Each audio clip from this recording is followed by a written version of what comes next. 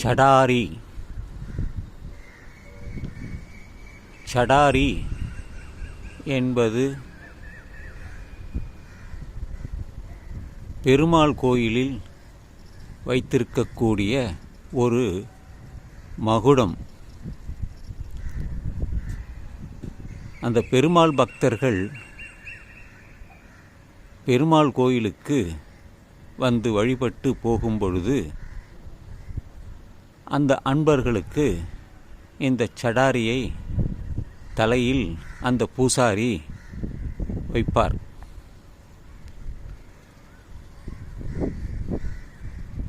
உடனே துளசி தீர்த்தமும் கொடுப்பார். இது பெருமாள் கோயிலில் பெரும்பாலும் இருக்கும். பெருமாள் கோயிலுக்கு போகும் நண்பர்கள், அன்பர்கள், உங்களுக்கு ஒரு தகவலை நான் தெரிவிக்க விரும்புகிறேன். அது என்ன தகவல் என்றால், நாமெல்லாம் காலணி அல்லது பாதரட்சை அல்லது செருப்பு, செப்பல் என்று காலை பாதுகாப்பதற்காக நாம் வீட்டை விட்டு வெளியே செல்லும் பொழுது காலில் பாதுகாப்பாக இருப்பதற்காக ஒரு அணியாக நாம் அணிந்து செல்வோம். செருப்பையோ காலணியையோ பாதரட்சையோ எதுவோ. இந்த சடாரியில் உச்சத்தில் 2 கால்களை வைத்திருப்பார்கள். அது யாருடைய கால் என்றால், விஷ்ணுவின் பெருமாள் அவதாரம் என்று சொல்வார்களே, அவருடைய பாதத்தை அந்த சடாரியின் உச்சத்தலையில் வைத்திருப்பார்கள். அதை கையினால் மறைத்து கொண்டு எல்லார் தலையிலும் வைப்பார்கள். அதுதான் அங்கே இருக்கக்கூடிய சூட்சுமம். உங்கள் தலையிலே பெருமாளின் பாதத்தை, காலை உங்கள் தலையில் வைப்பதாக பொருள். வேண்டி விரும்பி அதை அணிந்து கொள்பவர்கள் அவர்களுடைய விருப்பம். ஆனால் இந்த சூட்சுமத்தை உங்களுக்கு தெரிவிக்க வேண்டும் என்பதற்குத்தான் இந்த பதிவு.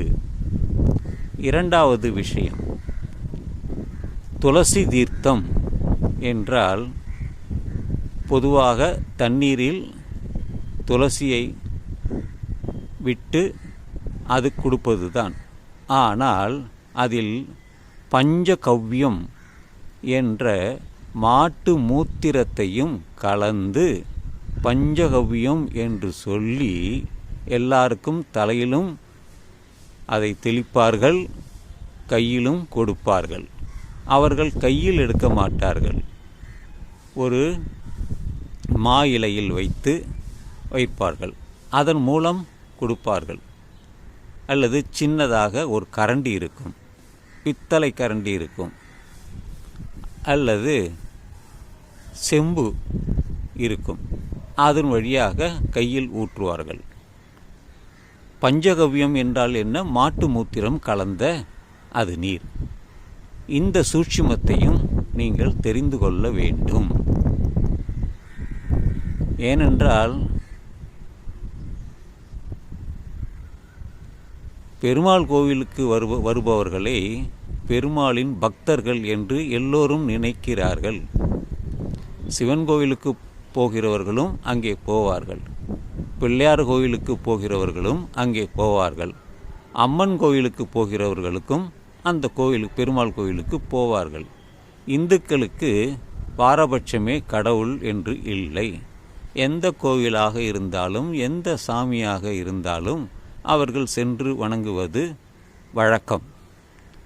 ஆனால் இங்கே இருக்கக்கூடிய சூட்சுமம் உங்களுக்கெல்லாம் தெரிவிக்க வேண்டும் என்பதற்குத்தான் இந்த சடாரியும் பஞ்சகவ்யம் பற்றி தான் புரிதல் வேண்டும் என்பதற்குத்தான்.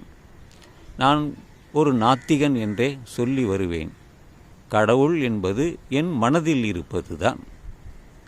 வெளியே இருக்கக்கூடியதெல்லாம் மற்றவர்கள் கட்டுவிக்கப்பட்ட ஒரு கட்டுமானம்தான். எனவே இந்த ஒரு இரகசியத்தை உங்களுக்கு நான் தெரிவிக்கிறேன். இந்த நாள் இனிய நாளாக அமைய உங்கள் எல்லோருக்கும் வாழ்த்துக்கள்.